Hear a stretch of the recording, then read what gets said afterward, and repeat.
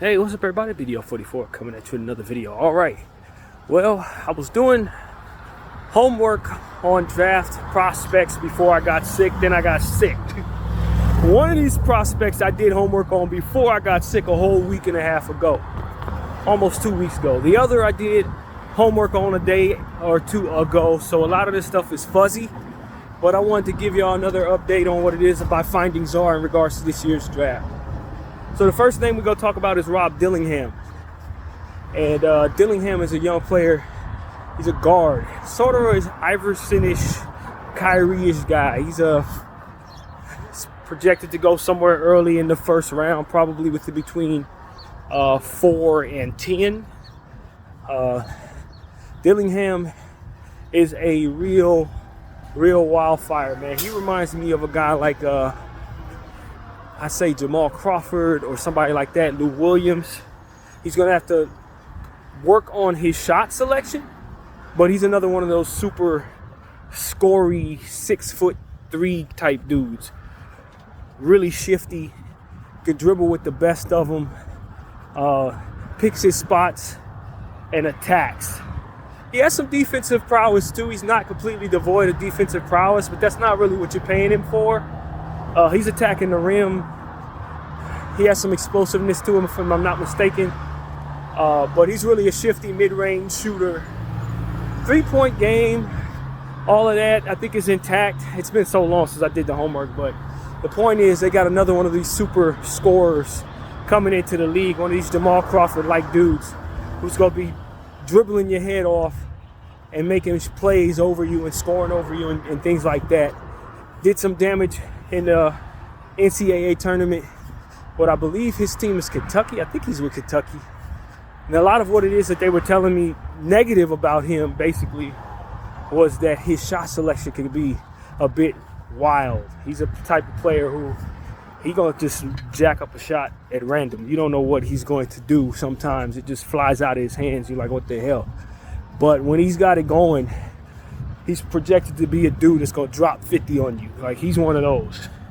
So Dillingham is definitely somebody that will probably go later and later in more talented drafts.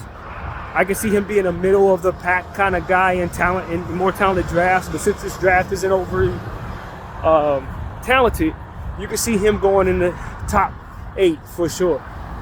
And so I think he's going to help the team quite a bit scoring the ball, man. I don't doubt he could fit anywhere because he shouldn't be a problem coming off the bench doing what it is that he does, like a lot of microwave scorers like him. You can see him in a lot of situations. I tell him some teams who don't need guards probably should pass on him. But if you're a team that really needs a lot of scoring, I think of a team like who could improve their scoring, probably Orlando, even though they don't need guards. They're not a great scoring team. They could use a Dillingham, although they're a playoff team, so ignore that. But I just think about teams that are not overly great scoring the ball. I think those are the teams that can really use a microwave scorer like Dillingham to come in, take some minutes from some other guards that are maybe not as talented, and go to work. He's not really a facilitating guard, so I don't know if San Antonio needs him necessarily, but you never know. He could develop into that. But you're paying him to score the ball. You're paying him to juke, deck, dribble, spin, fly. That's what you're paying him to do. Be explosive. Yeah, that's Rob Dillingham, man, to my knowledge. And so, like I said, it's been a long time since I did that homework, so forgive me if I'm a little rusty with him, but I just wanted to give y'all overall understanding of the type of player that I believe he is. And as long as you have patience with him, have a coach in there that can teach him about what shots will hurt his team and what shots will help his team, he's going to be a hell of a scorer in this league, I think. And the other guy that I did homework on was Stephon Castle of UConn. Now, the consensus says that Stephon Castle reminds a lot of people of Jimmy Butler. And Jimmy Butler is a guy who moves a little like Castle. The height is there. The explosiveness is there. The problem is Jimmy's a scorer. You can rely upon Jimmy to hit shots. He's not a shooter, but he can hit shots. And, you know, Jimmy's a scorer. Jimmy's got this elevated intention about his game that's going to get others involved, hurt you on the defensive end, rebound the ball, go for 35, 40 points. I don't think Stephon Castle is that. I think Stephon Castle is more of a role player. If you want to say poor man's Jimmy, maybe. The problem with Stephon Castle is he don't really like to shoot the three ball. And not only does he not like to shoot the three ball, but he likes to attack from places that create problems for the spacing.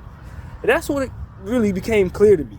He wants to dribble into the paint and then work from there, passing out and things of that nature. So offensively, he's more of I'm taking this from someone else, a connective, someone who's going to make plays for others. He's really good at making plays. He can pass the ball very well. Excellent defensive player, very explosive, good size, length, and height.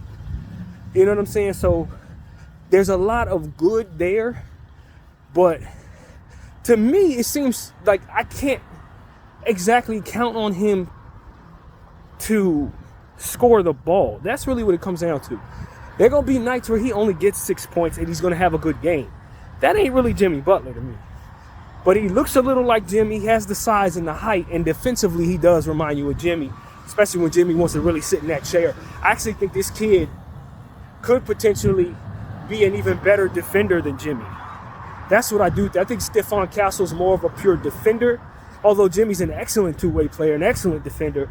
I think Stephon's going to make more of his money on that side of the ball, and when you start comparing him to Jimmy Butler, it's that side of the ball that he looks like Jimmy. Offensively, I don't see no Jimmy, bro. I don't see no Jimmy. I see a much more deficient offensive player, particularly scoring the ball. But he'll make up for it with offensive rebounds, passing the ball, and explosiveness on dunking the rock and stuff like that. He has explosiveness. Now I gotta preface the explosiveness by saying he's not overly jumpy. He's not, but he does have a sick first step, that kind of thing. And he does have a lot of power. He's going to push you around while on the ground. But he's not flying off the ground necessarily. He has some hops. He's not deficient there. But you're not looking at him and saying, okay, this is Vince Carter or Shaden Sharp. And like, no, that's not the type of explosiveness we're talking. We're talking about more ground pound type explosiveness. Pushing past you, mowing guys down, getting to the lane. He doesn't particularly finish great in the paint. That's another thing. Like, he's an okay finisher, but he's not somebody who's going to Kyrie the ball. It's not going in every time he lays it up, that kind of thing. So he's going to have to work on his mechanics in that area. His handle is pretty solid. It's not great, but there are a lot of tools there you can work with from the beginning stages. If a coach wants to work with him, the handle will come. And he can push the ball, which is something you really like. If he pulls it off the rim, he's one of those forwards that's going to push it himself and make the play in transition. So he should be good in that area offensively. But in a half-court game setting, if you don't have shooters around him, it could be a real problem. It could be a situation where he's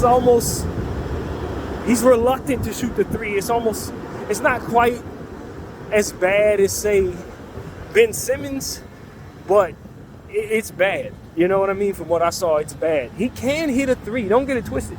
He has a set three-point shot that can tend to fall, but in certain situations, he's going to be the guy to where you're going to have to teach him how to be a positive in spacing, and that could be a real problem in the NBA.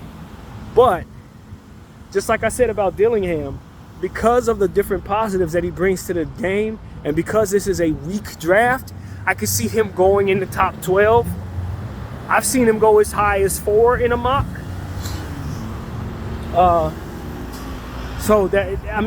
One thing I say about Stephon Castle, in my opinion, is he's a complex player. Judging by the homework that I did on him, he has extreme strengths, and he really does contribute to winning, as you clearly saw with UConn. He's definitely a part of a fantastic defense, and he's going to be a quarterback on the defensive end. I've seen some people say he's going to be a superstar and that he's going to be a focal point of a team, a number one guy. I definitely don't see that. But what I do see is a gamer to where, yeah, he messes up the spacing in theory, but if you put him in this game, he's going to make up for it so much. It's almost like Vanderbilt. He's going to have that Vanderbilt effect to where, yeah, you got problems with your spacing, but he's going to do so many different things that other good spacers don't do to where you just love having him on the floor anyway. That's who Stephon Castle is going to be, in my opinion.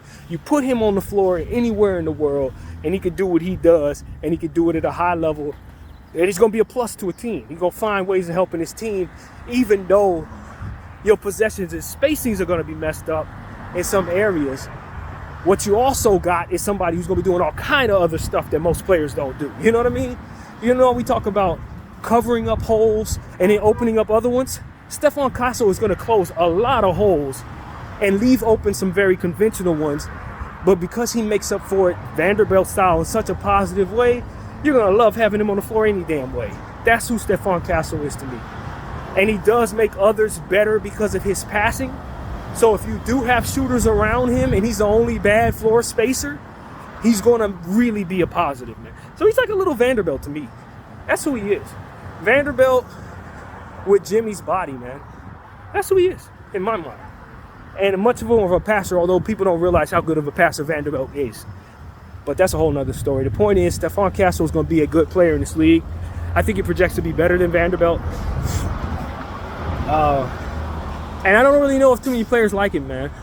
I don't really know of too many. But I definitely do not see Jimmy Butler as it pertains to the offensive side of the ball. Jimmy's more of a shot maker. I look to Jimmy to score for me if nobody else can. And I just don't think I can rely upon Stephon Castle to score like that. I don't see him having a career high higher than 35, 40 points at the most. And that's a very good night for him. For him, it's more about how many steals you get, how many assists and steals, how many blocks, because he can block the shot here and there as a shooting guard slash shooting small forward. I think you can get away with playing him a small ball 4 as well, since he's so strong. If you're a small ball fan and you just have to run somebody at the 4 spot, you kind of want someone with his intangibles to play the 4. So, as I said, he's a very complex player, man. But for me, it's like if you just trust a gamer, some gamers, they have unorthodox game, and you have to just live with what it is that they provide. And if you do, they're going to bring so much good to the game that you're going to find yourself winning and probably being a better team with him on the floor. That's who I think Stephon Castle is, man. I really do. Put him on a team with a bunch of shooters. Put him on a team that needs defense, that has plenty of scoring. Somebody who needs a defensive quarterback. He's going to be a real positive to their basketball team out the gate. He looks like a high-impact rookie to me. Connective piece. Somebody's going to make teams a lot better, man. So that's what I see there. You just gotta work with him, though. Offensively, work with his three-point shooting and stuff like that. The mechanics are not great. The footwork around the perimeter is not great. His instincts tell him to get into the paint. So you got to work with him, man. I see some early Grant Williams in him as well. Grant Williams kind of had that issue as well early on, and he stretched his game out to the 3 a little bit. And, of course, we now know what he can bring to the table. But, you know, Stephon Castle's going to help some teams, man. I don't think teams should shy away from drafting him if they have the shooters around and the need for defense. If you have a need for defense and you have the shooters, he's going to be a good player for your team. If you have a non-shooting basketball team and you already have a lot of defense, he's redundant and it's probably not going to work out. So that's what I see there with Stephon Castle, man. Definitely somebody who has high upside so long as you don't need scoring. He can do everything else. So, yeah, that's what I see there, man. And he's a developing player and a winner. That's one thing I need to stress. Winning is attached to the things that he does.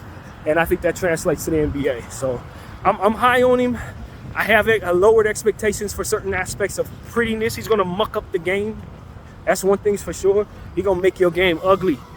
Ugly, super ugly. If he's on the floor, plays ain't being run right for the defense, or the offense, rather, that he's going up against. They're going to have a hard time with him. It's not a pretty game that he's going to be playing. So if you want to muck it up, if you got the right coach for that type of style, he can get the most out of Stephon. So, yeah, man, those are only 2 players I've done homework on as of late since I last did a video. We're moving slow, but we're moving steady. We want to get to know who these players are.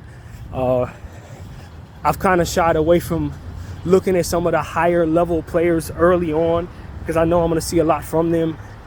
But I just kind of want to get to the middle of the pack, late lottery, and kind of see what's in there, since now it looks like maybe my team, the Lakers, may be able to actually get one of these players.